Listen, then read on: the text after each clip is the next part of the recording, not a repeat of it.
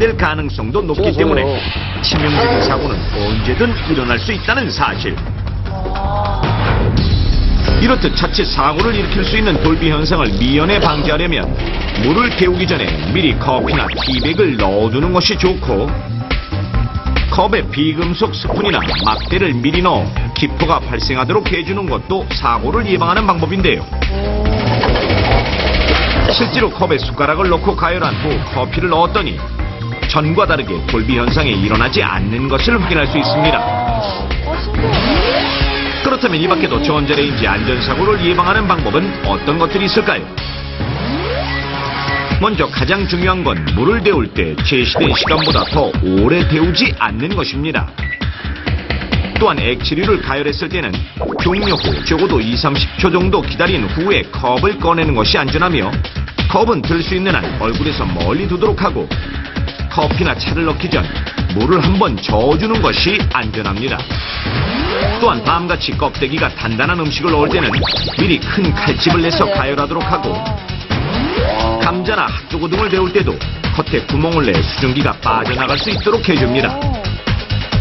이때 용기에 담아 랩으로 씌우면 가열되는 동안 음식물이 튀지 않고 그릇 내부에 고온의 수증기가 생겨 박테리아까지 죽이는 일석이조의 효과를 볼 수 있다는 사실.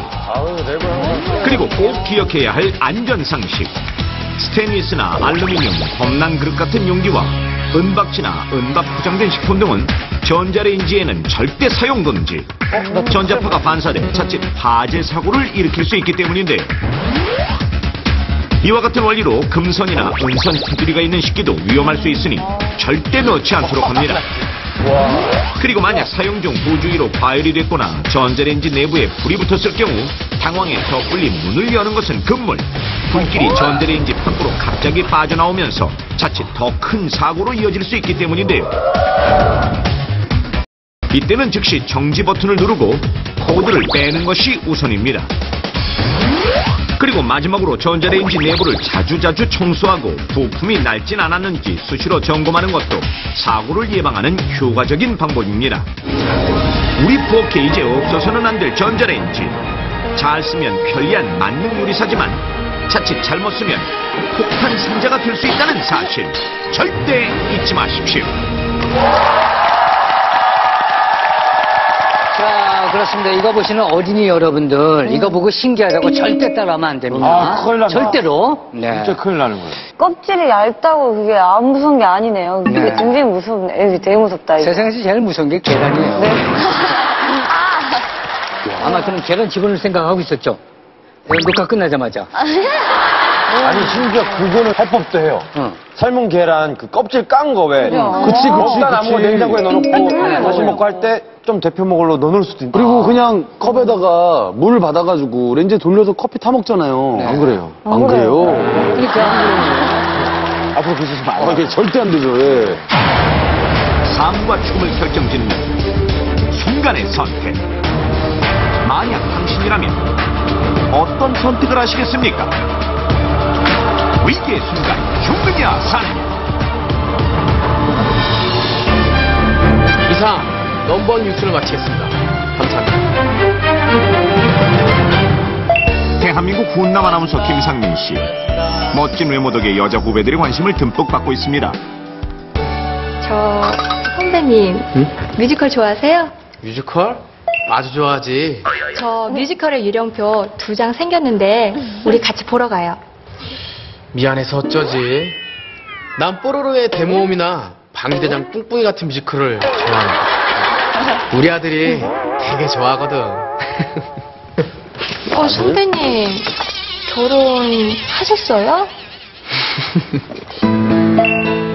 외모 때문에 늘 총각으로 오해받는 상민 씨는 5살 아들을 둔 유부남. 어렵게 얻은 외아들 혁이는 상민 씨의 가장 큰 기쁨이고 행복입니다.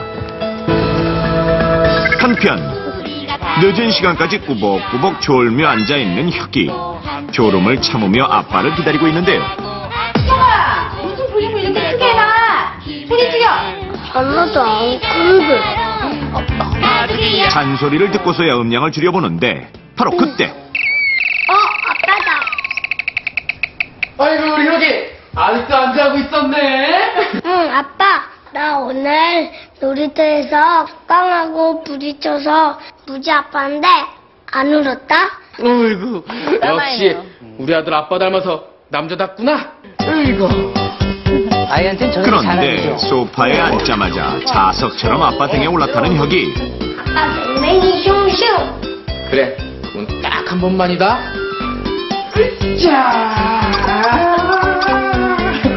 역시 아빠와 놀 때가 제일 신나는 혁인데요. 평소보다 더 활발한 혁이 덕분에 상민 씨 진이 쏙 빠지는데 때맞춰 상민 씨의 구원자 등장. 봐봐. 그만 놀고 이 닦자. 이리 와. 엄마, 나 머리 아파. 그래? 여기 약 먹어야겠네? 응, 아이스크림 약. 얘 좀 봐. 아이스크림이 무슨 약이야? 그럼 아빠랑 딱 하나만 먹고 잘까? 아들이 원하는 것이라면 하늘의 별도 따다주고 싶은 아들 바보 상민 씨입니다. 여기 이제 자자. 혁이를 재우는 것도 상민 씨의 목. 그런데 웬일인지 잠투정 없던 혁이가 불을 켜고 자겠다며 때를 쓰는데요. 할 수 없이 불을 켜두기로 합니다. 다음날 아침 혁아, 얼른 일어나서 아빠랑 운동해야지. 매일 아침 아빠와 운동하는 혁이. 하지만 오늘은 영 귀찮은 모양입니다. 아빠, 오늘은 좀 쉽시다. 역시 아들, 남자답지 못하게. 왜 그래? 머리도 아픈 것 같기도 하고. 근데 시원한 콜라 마시면 괜찮을 것 같기도 해요. 아, 눈이 너무 귀여워. 요 녀석. 배탈이 날까 걱정이 되긴 하지만 역시 아들이 이기는 아빠는 없나 봅니다. 그날 오후 기운 없다던 혁이를 기쁘게 해줄 생각으로 유치원에 찾아간 상민 씨.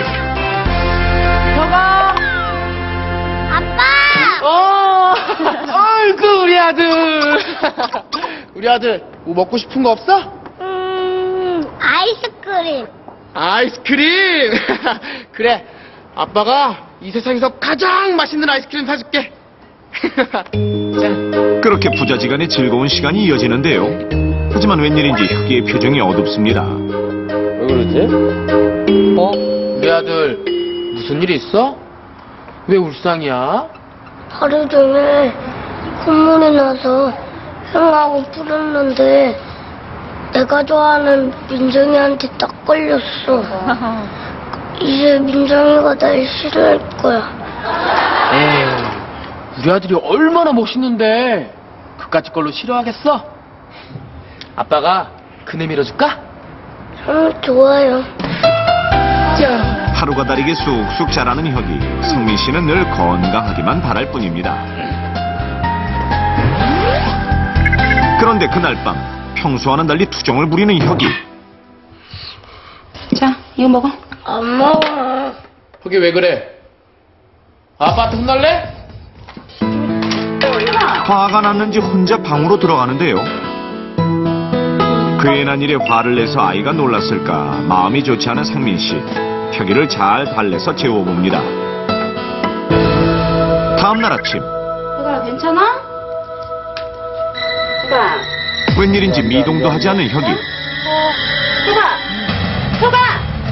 여보!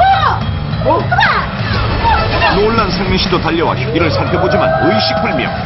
급하게 혁이를 안고 병원을 찾았으나 혼수 상태였던 혁이는 안타깝게도 그만 사망하고 말았습니다. 갑자기 사망에 이른 혁이의 병명은 바로 급성 경막하 출혈. 뇌에 혈관이 터져 출혈이 발생한 겁니다. 아빠와 함께 놀기 좋아하고 평소에도 건강했던 혁이. 어느 날 놀이터에서 넘어진 뒤로 뇌출혈이 일어났고 결국 사망하고 말았습니다. 머리를 다치고 뇌출혈이 되기까지 혁이에게는 분명한 증상이 있었는데요. 하지만 상민 씨와 아내가 그것을 대수롭지 않게 넘겨 결국 죽음에 이르게 됐습니다.